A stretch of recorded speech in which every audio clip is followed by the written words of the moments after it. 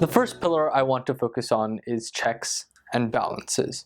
The American system in this regard is fundamentally different from the Indian and British systems. In the American system, the chief executive is chosen by the people in a nationwide election. In the Indian and British systems, the chief executive is chosen by Parliament, from Parliament, and is therefore called the Prime Minister. I said I want to focus on checks and balances, but checks and balances on what? Power. Well, more specifically, the concentration of power. In America, there are 4 institutions, among others, that do this: the House, the Senate, the Supreme Court, and the various independent executive agencies. India and the UK also have 2 legislative bodies. In India, that's the Lok Sabha and Rajya Sabha, and in the UK, that's the House of Commons and the House of Lords. Both also have independent regulatory agencies. India also has a Supreme Court that focuses on constitutional issues. The UK does not. That's not to say the UK doesn't have a Supreme Court. It does. It just doesn't focus on constitutional matters. More, it focuses on civil and criminal cases. America, theoretically, has a brilliant system of checks and balances. Theoretically, it's almost perfect. Theoretically. But we don't live in the theoretical world. We live in the real world. And in the real world, people do things that may not be in the best interests of the country. In the real world, the line between governmental institutions is blurring. The increasing polarization of the past several decades has meant that party line has grown in importance, and that dissent within the ruling party has been on a decline. This, to be blunt, is a problem. The problem has also spread to the judicial branch. Supreme Court nominees are confirmed by the Senate, and when the Senate and presidency are controlled by the same party, one that now, because of polarization, has virtually no dissent, a party has the power to nominate and confirm Supreme Court justices.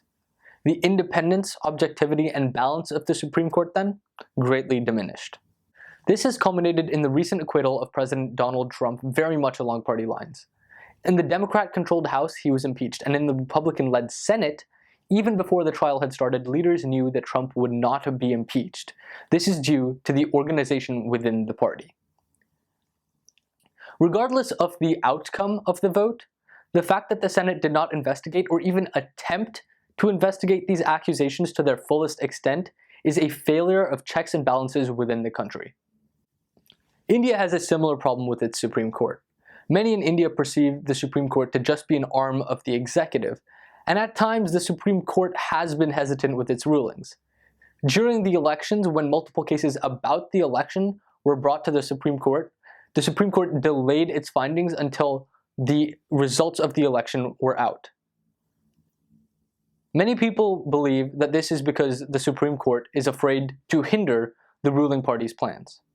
While individual judges have been able to speak out against this, as a whole, the court does not get in the way of the ruling party. Another institution that's meant to be a check has turned into a political tool. The Central Bureau of Investigation, or CBI, has started to investigate bogus crimes by those disliked by the government, instead of actually investigating the government themselves. The legislature is dominated at the moment by the ruling party, whose leader's cult of personality means that the legislature also bows to the Prime Minister.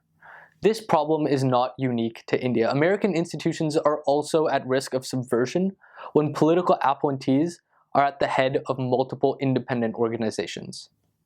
Recently, there's also been a lot of controversy on this topic of governmental independence.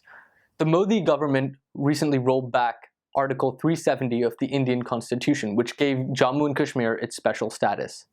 The Supreme Court then decided to delay cases regarding governmental abuses in the region multiple times.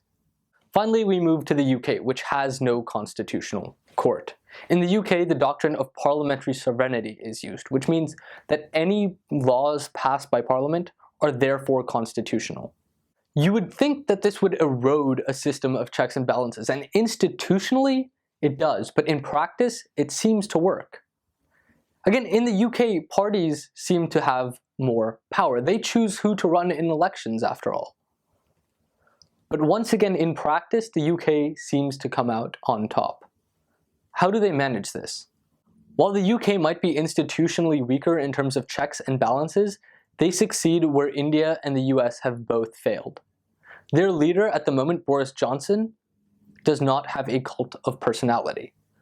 While Boris is a unique figure, he doesn't have the same hero status within his base that Donald Trump or Narendra Modi do. People vote for conservatives or Boris Johnson because of the policies he supports and not because of who he is.